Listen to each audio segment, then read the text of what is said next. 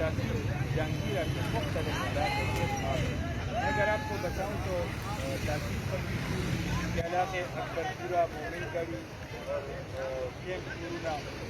اس کے بعد امان کوٹ، یہ پشتور گڑھی اور ازاخیل سے ہوتے ہوئے یہ جتنی بھی علاقے ہیں، گربیائی، بیلا پورنا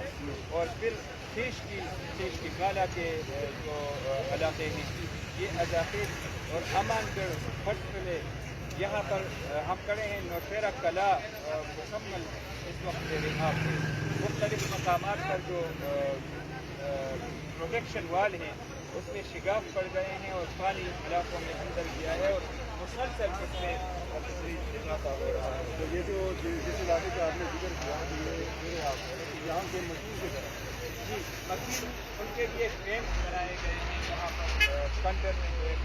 کیمپ بنایا گیا ہے اور پبی میں بیلوجئی اور